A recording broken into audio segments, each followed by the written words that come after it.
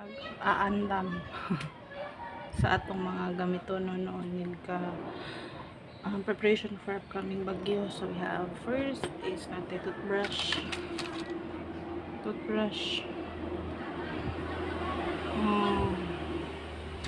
natay by Jessic na pinamit microphone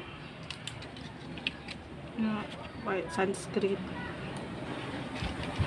nga passport na gilitang sa plastic sudlay nga in case of na yung mga itantan gamay nga gunting ball pen in case na yung mga filapan power bank no atong power bank or a share pwede siya sa iPhone, pwede siya sa fully charged. So natin po tayo plastic dire butang sa plastic ay para in case dili mabasa. Ito na i-secure good dapat need na ito i-secure.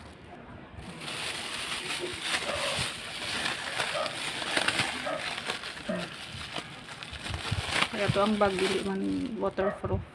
So napod ko dili no kanang pouch, documents, earpads, Logistic ang pod ko og another pouch.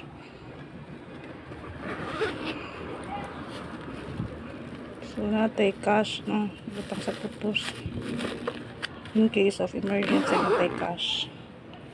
Another thing is kanino nabutang sa tubig, scented candle nagamit na ni paglas bagyong Tino, and then alcohol ito nibutang sa tong bag.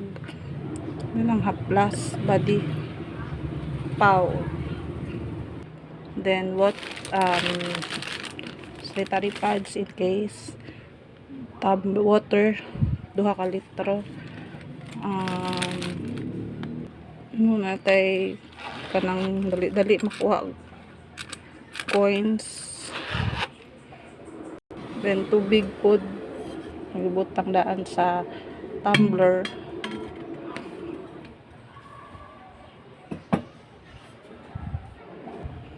So extra eyeglasses no need nakawag extra eyeglasses kay kanang in case of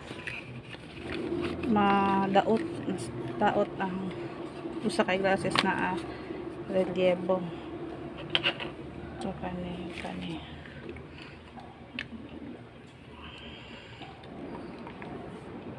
so another basic needs no anta kay dishwashing liquid, toothpaste, tawas, sabon, kani katong by Jessic kanino kanang mga cloperamide, Rexona, time wash o kaning mga gikan sa nag-overnight ni nga karagdala pod in case of emergency gamit tayo ni wala pa man ni biscuit. So kanila sa nang dalata beer brand. So tripod and plastic, then a Bible, mineral water, then cup noodles,